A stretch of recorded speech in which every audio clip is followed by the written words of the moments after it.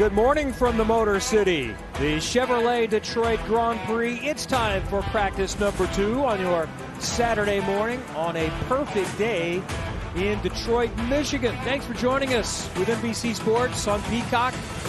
Kevin Lee, James Hinchcliffe, Marty Snyder ready to get going before qualifying coming up this afternoon and racing tomorrow just afternoon on USA this weekend. USA Network is where you will find us. It's also an IMSA WeatherTech Sports Car Championship weekend later today on USA and Peacock, and it's go time for practice 2, Hinch. Morning, Kevin and Hinch. We're just a minute into this session, not even a minute into the session, and already a problem for Marcus Eriksson. Listen in. Car just died. Everything died. Man, this team, I mean, to tell you what, they have just had so many issues, Hinch, with the 2 wrecks at Indianapolis and now an electrical issue for Marcus Eriksson. Have you ever been in a tailspin like this, Hinch, where it just seems nothing is going right, and this continues here in Detroit for Marcus Eriksson and Andretti Global? Yeah, I've been there, Marty, and like you said, it kind of started yesterday for these guys. This is out of turn 7. Right rear crank in the wall for Eriksson. Session done. Had been a productive run up to that point for the 28, but as you say, the season on a whole has had all sorts of issues, right from the mechanical issue that took them out of the race in St. Pete to the wrong place, wrong time, first corner, first lap crash at Indianapolis, started by Tom Blomqvist that collected Eriksson. So yeah, this team just not able to find their stride. There's a lot of good people in this program, a lot of good personnel trying to get that 28 car back up the championship order, sitting significantly down from where his teammates currently sit. Making her way around it, riding on board with Felix Rosenqvist. Downhill into turn 8, you see that right front lock up. The outside front locks up. That's usually caused by some sort of bump, and there are many of those here in Detroit. Will Power, same section of racetrack. You see both fronts locking up there as the track transitions, it looks like, from an asphalt to a concrete. You see that change in color. Christian Rasmussen, same thing. Turn 8, all sorts of problems for drivers today.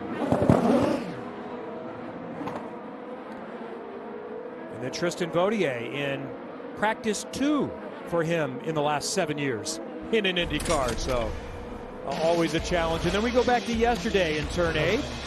Similar stories. Kirkwood, Pelot, Pato O'Ward. Go through the laundry list. Alex Rossi, every driver pretty much found a runoff yesterday at some point. Rear locking for Lundgaard, front locking for the rest of the field. So you can see all the burnout marks in the runoff. Get a lot of attention as we see Pelot return to the turn 8 runoff once again. So it's downhill and it's bumpy. It's bumpy, and there's a surface change, right? The bump is caused essentially by a surface change. So you're going from maybe a bit of a grippier asphalt to a less grippy concrete, and a bump, and it's downhill, and it's first thing in the morning. Nothing's been on track, green racetrack, dirty racetrack when it's a street circuit. So drivers essentially start their time lap there. The finish line is right where we just passed. And a yellow in turn 1 for a car in the runoff. That looks like Scott Dixon. And his visor is up. I don't see his hands on the steering wheel. That might be an engine dead situation. Might be bringing out a red flag. Couldn't see the nose of the car fully. Is he into anything? Well, let's find out. I think it was just a botched turnaround attempt. Oh.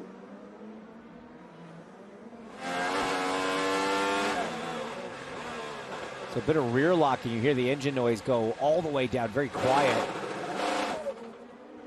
Yeah, just stalled on the attempt to burn it out. Rosenqvist here. Whoa.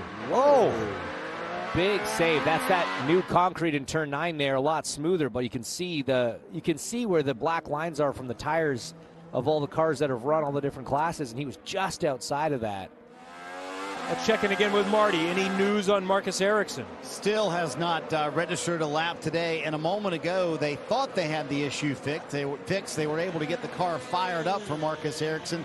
He tried to leave his pit stall, And this is as far as he got. Car died again on him. So, Hinch, what they're going to do now is they're going to change the battery here on the 28 car. I would dare say they're hoping that's the issue because they cannot figure out what's going on with the 28 machine so far. No laps in this practice for Marcus Eriksson. Truncated practice yesterday, being robbed of very valuable track time. Again, this isn't a racetrack that these guys have a lot of laps around. And as you say, Marty, it does sort of sound like it's a hope and a prayer that this battery change will get it done. And a different issue than what Kyle Kirkwood is dealing with. Kirkwood told me that they kind of worked around it yesterday. I think they were dealing with an issue possibly in one map setting and just avoided that map, and have, as Marty mentioned, have made some changes to try to deal with that and hope that it works today. But they still were able to get some useful running in for Kirkwood. As we see Jack Harvey, who had pretty decent contact towards the end of the day yesterday and came up short on time. Hey, look who's on track. Marcus Eriksson in the Delaware Life Honda for Andretti Global. Progress. It's in about 15 minutes, just over 15 minutes of track running so far, but all he missed was everybody going off in turn 8. So they just cleaned the track off for him. Maybe this was all actually part of a master plan. Just sit and wait for the track to get better. And this is still his out lap.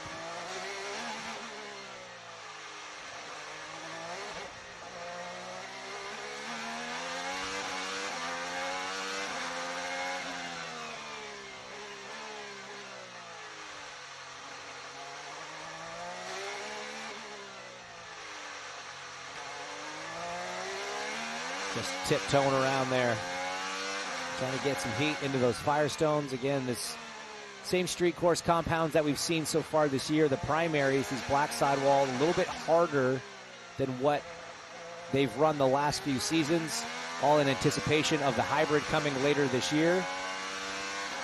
We talk about being at this new racetrack. One of the features that was topic of conversation last year was this blend. You see Grosjean on your left-hand side of your screen. That's driver's right. This is turn 1, but look what happens as Pato O'Ward comes through. Grosjean knows he's there, leaves him the room, but even still, that is tight quarters. And look, this is going to happen in the race. There was a moment in the race last year between Scott McLaughlin, I believe Romain Grosjean as well.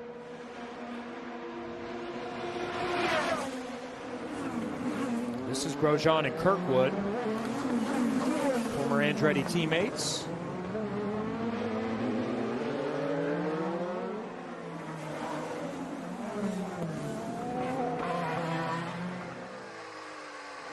There's one in the runoff who just went by. That was Marcus Armstrong in the root colors this weekend for Chip Ganassi Racing. You see Scott McLaughlin's jumped his way up into the top 5. Canapino still holding on there in 4th.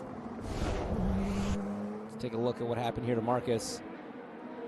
A little bit later, but again, it's that outside front locking up. It's just not common with the way the way vehicle dynamics work. Here's another turn 1 blend issue. That's Kiffin Simpson in the blue and orange, and Teo Porcher in the orange and gray. And you can see Kiffin sees him coming, kind of turns out of it, gives him the room, but still offline. It's so slippery. Both drivers compromise going in. The average age of those two drivers is 19 and a half. I don't want to talk about that, Kevin. Just think about that for a second. Half my age. A 19 and a 20-year-old racing. Back to Ed Carpenter Racing's Chevrolet of Renus VK.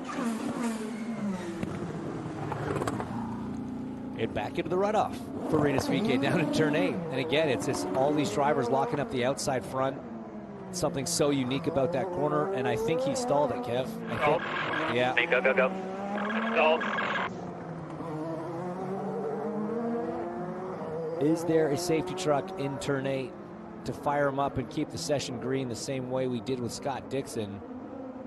Meanwhile, Colton Herta just matched the top time essentially of yesterday. 101.73. Fastest yesterday was 101.72 on alternate. So, and Herta was one of those that was quick yesterday on the primaries. Yeah, he was by far the fastest car on the primaries. We've got Stingray Robb up there. That's down in turn 3. He's found that runoff a few times. doing a little bit of an Austin Powers 18-point turn here, trying to get it turned back around.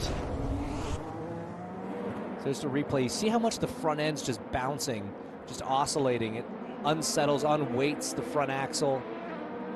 Just so easy for that tire to lock up. So yeah, so they're staying right down at the end of the back straight into turn 3.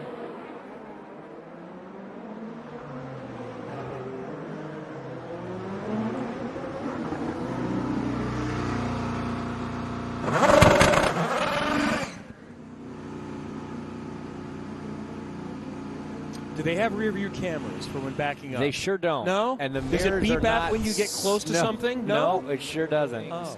And again, this is great practice for these teams trying to figure out exactly how and what they need to do to find that gap in qualifying. As we see Pato once again in that turn 8. Linus Lundqvist in turn 8 as well. This is going to be starting to concern guys, Kev. At the start of the session, first few laps of the weekend, or of the day, sorry, it makes sense. You're kind of expecting to see the odd driver going off. But this many drivers going off in the same corner now this late into the session. We've had a half hour running. Track temps up at over 80 degrees. This is going to be something that's going to make guys sort of question how they approach this corner when it comes to qualifying. Get it done. All right, what do we got here? More of a blend battle in turn 1. You see Rossi on your left, Canapino on the right on a hot lap, and Alex just going right down to the apex. That's a big no-no in practice. In the race, it's sort of all's fair in love and war. There is a transponder line at pit out that you must clock. You cannot cross that line on driver's left until your transponder hits that line. After that, it's sort of fair game, and you're going to see that in the race. Not necessarily something you need to do in practice, but certainly something you're going to see in the race. Scott McLaughlin, 4th quick on the day in this session, just moments ago. No damage. And Alexander Rossi now. Left front smoking. Man, I'm gonna buy some real estate in turn 8 and start charging rent.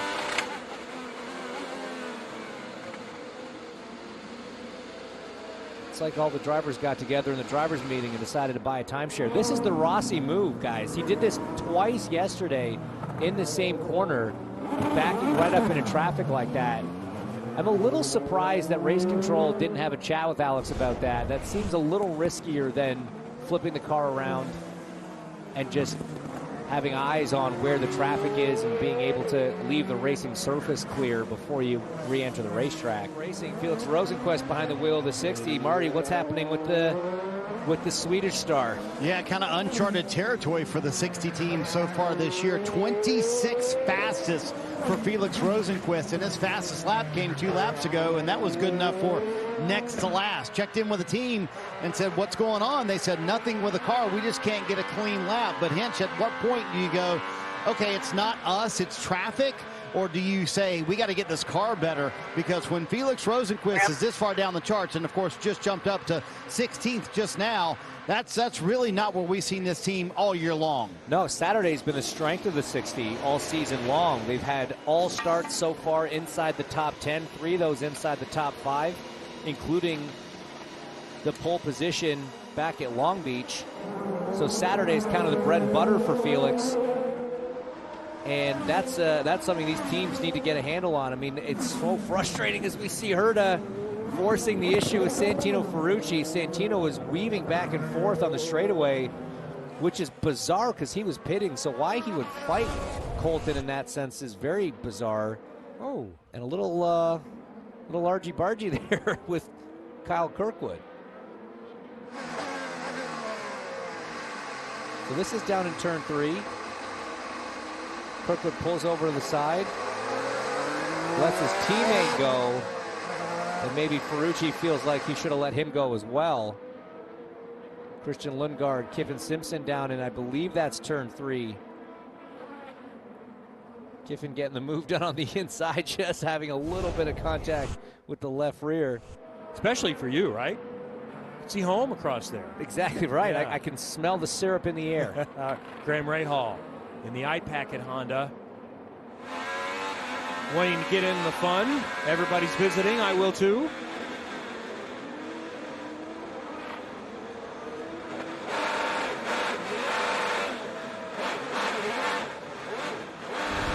All the clutches in these Indy cars are getting a good workout compared to a normal session.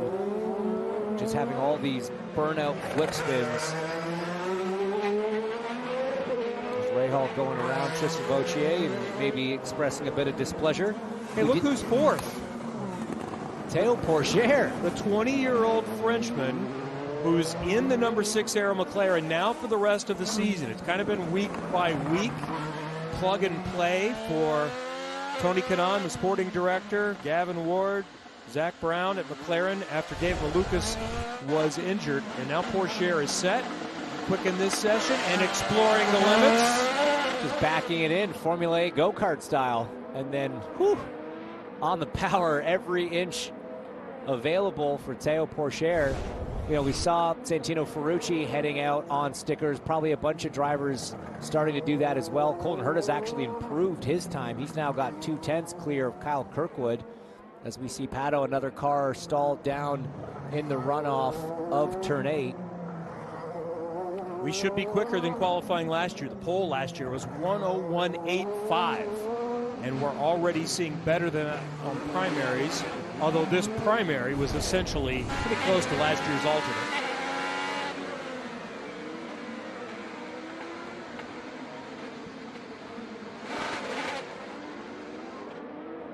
Yeah, I think the clutch just finally giving up. Not built for that many 3 or 180s, I should say, in a session. So under 5 minutes to go. There's still 8 or 9 cars on pit lane. Exactly. Whoa! You turned into me. You turned into me. Don't ever do that again.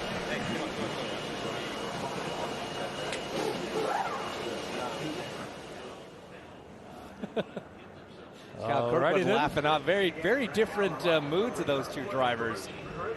Just furious Ferrucci and calm Kirkwood. He was just going over to have a conversation, is what he was saying on the walk back. But Ferrucci obviously seeing that a very different way. Apologize for the language, folks. Well, maybe someone told Santino that Kyle Kirkwood said on the radio he should be kicked out of the series. He did say that a few minutes ago. He did. I mean, Santino's claim that Kyle turned into him doesn't necessarily check out there. Just watch. Oh, okay. I can kind of see what he was looking at there.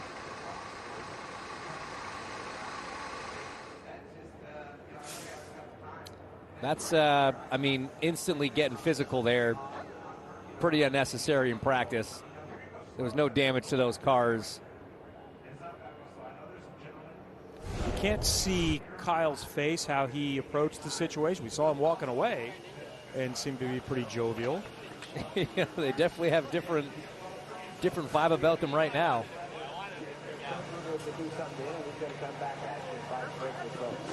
Okay, Marty, go ahead. Well, let's chat with Santino and see what that was all about. Did Kyle come talk to you, or did you go talk to him, and what was said? No, I mean, I don't know. We're in practice. I'm on a lap that's going to put us P3, right? I know everybody's fighting traffic.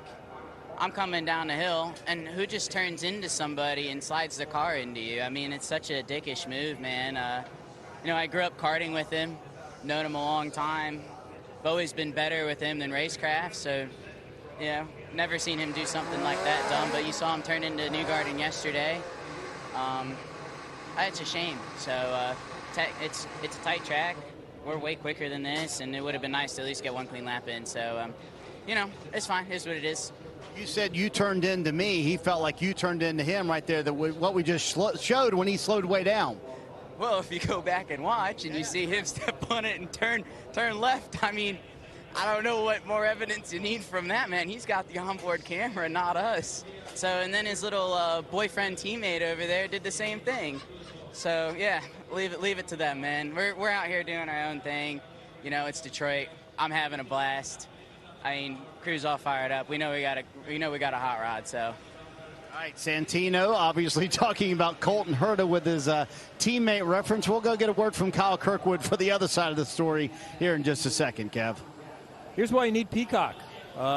You miss a session, you miss a lot. What did Santino tell me on Carb Day morning? He said, I'm going to get into real estate because I'm taking up space in the heads of half of the guys up and down the paddock. I don't know, man. Based on that reaction and Kyle's reaction, I'd say that Santino might be a little bit more fazed by that one. Yeah. But, Marty, what does Kyle have to say about it? I did that. Yeah, let's talk to Kyle Kirkwood. Yeah, he said he was upset with you because he said you made the first move a couple corners ago. Oh, Santino said that. Santino said that. Of course he's going to say that. No, I mean, it all happened right there. Everyone stops here, right? Like, everyone has to wait, get your gap, get a clean lap in. It's practice, relax. And that's not what he did. He decided to do it to me. Then he did it to Colton, too. Nearly they collided. I don't know what he was doing. His lap was already ruined. He just ruined his next lap, too. It's just dumb. It's dangerous. He drove right into me, purposely tried to drive me into the wall. And then I went up and tried to talk to him about it, and then he grabs me and is like shaking me. It's like, what are you getting mad at me for? It's insane, but we've seen it before with him. So, what did you want to say to him when you walked over to talk to him? I was just going to tell him that was completely unnecessary. Like, everyone needs to get their gaps. Like, everyone needs to get a lap in so you can try and tune on your car. But if you're crashing into people on purpose, then you're not going to be able to tune on your car. So it was just kind of to see where his head was at because he clearly wasn't on a fast lap anyways. It just makes no sense to me at all. Are you worried he might race you a little bit differently in the race tomorrow based on what happened? I think based on that, he'll be a little bit behind us, so I'm not too worried.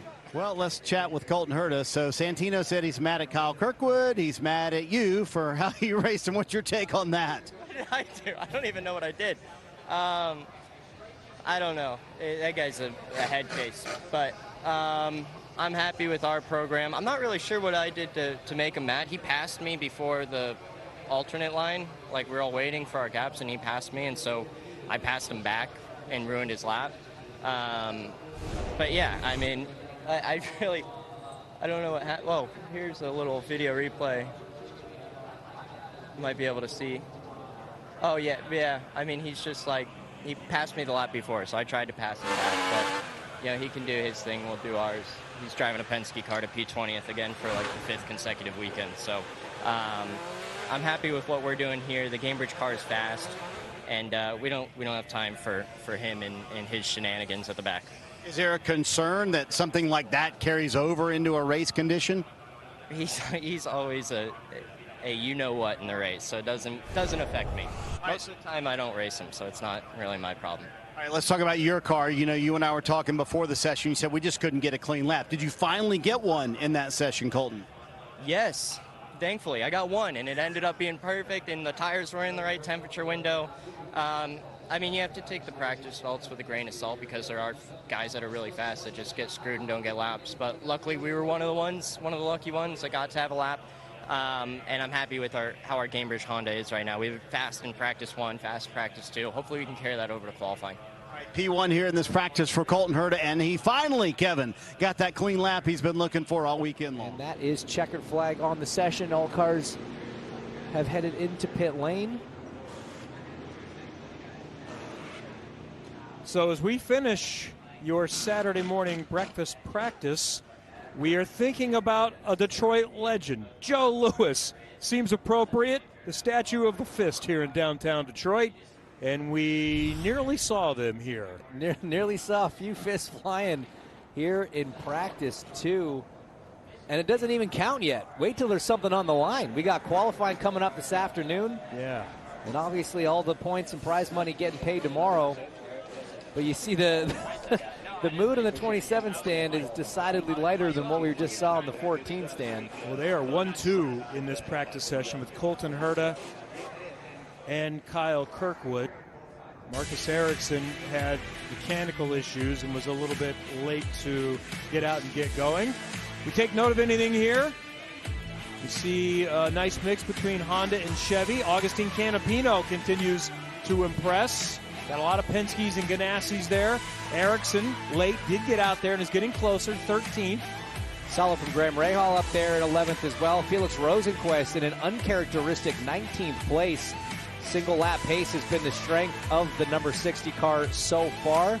You see a bunch of the rookies at the last page there. You see the teammates from Chip Ganassi Racing, Kevin Simpson, Linus Lundqvist, Elio Castroneves on his return to the cockpit down there in 25th.